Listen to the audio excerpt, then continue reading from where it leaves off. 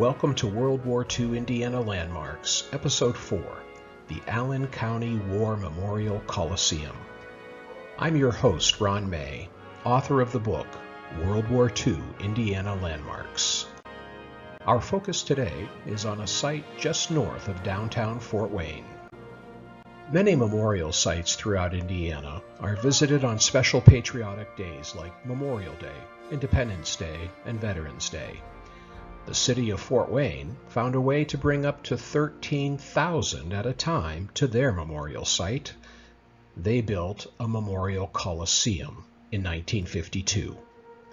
Used for major sporting events, entertainment venues, trade shows, and exhibitions, the building has been used throughout the year by the people of Allen County for 70 years. The name of the Coliseum, Allen County War Memorial Coliseum, identifies its primary purpose as a living memorial for honoring those who died in service to their country from Allen County.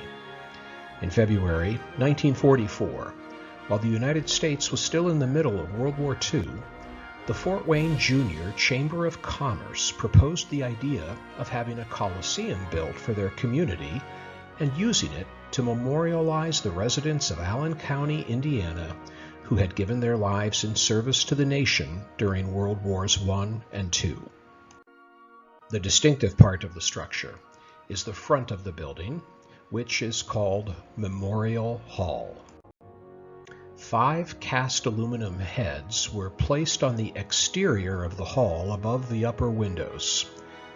These heads, featuring a soldier, sailor, Marine, Coast Guardsmen, and airmen, symbolize the branches of the Army, Navy, Marine Corps, Coast Guard, and Air Force. They are the visual symbols of those who served and died in service to their nation. Inside Memorial Hall, the names of Allen County residents who died in service to their country during World War I or II appear on memorial plaques that hang from both ends of the hall. This special room, honoring the war dead, became the heart of the structure. A final list of 643 men and women appeared on the honor roll.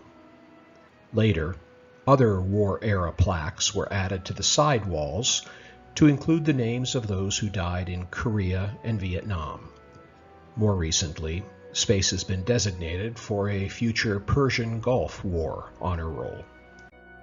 Arthur Glenn's name is among those listed under the World War II section of the plaque. His service story began during World War I and abruptly concluded during the first hours of America's forced entrance into World War II. On December 7, 1941, the date of his 43rd birthday, Glenn was serving on the USS Oklahoma, which was stationed at Pearl Harbor, Hawaii.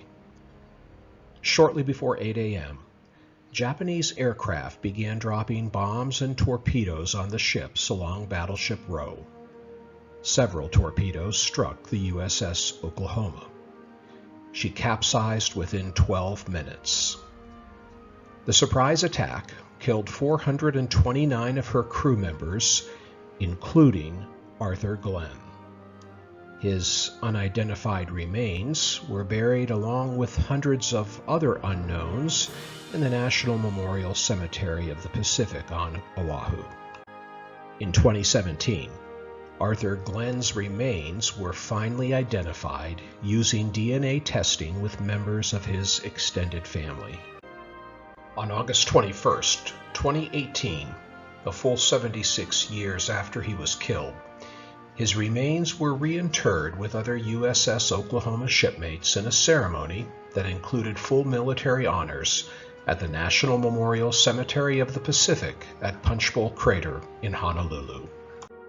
The cast die head of the sailor on Memorial Hall helps keep Glenn and others' memories alive today.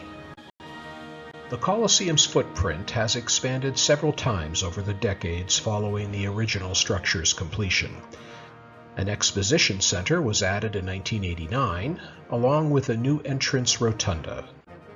True to its original purpose, memorial elements in the Coliseum grew as well during the expansions.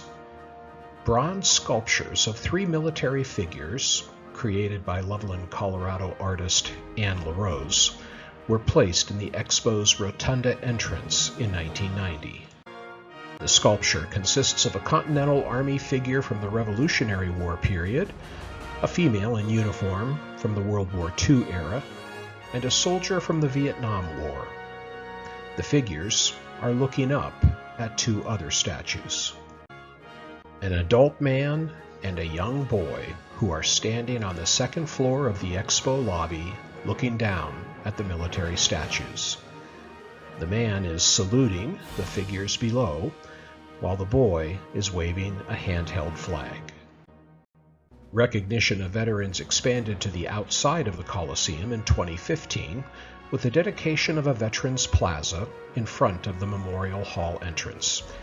The plaza includes an F-84F Thunderstreak plane from the Korean War in the center, the massive anchor from the World War II battleship USS Indiana at right, an eternal flame on the left, and several other memorial pieces, all of which help keep the memory alive of those who served and died in service to country. Learn more about the Veterans National Memorial Shrine and Museum and local service stories in my new book, World War II Indiana Landmarks, available now on my website or in stores where books are sold. And while on my website, check out my trilogy of Indiana World War II veteran service stories. Thanks for tuning in to this episode.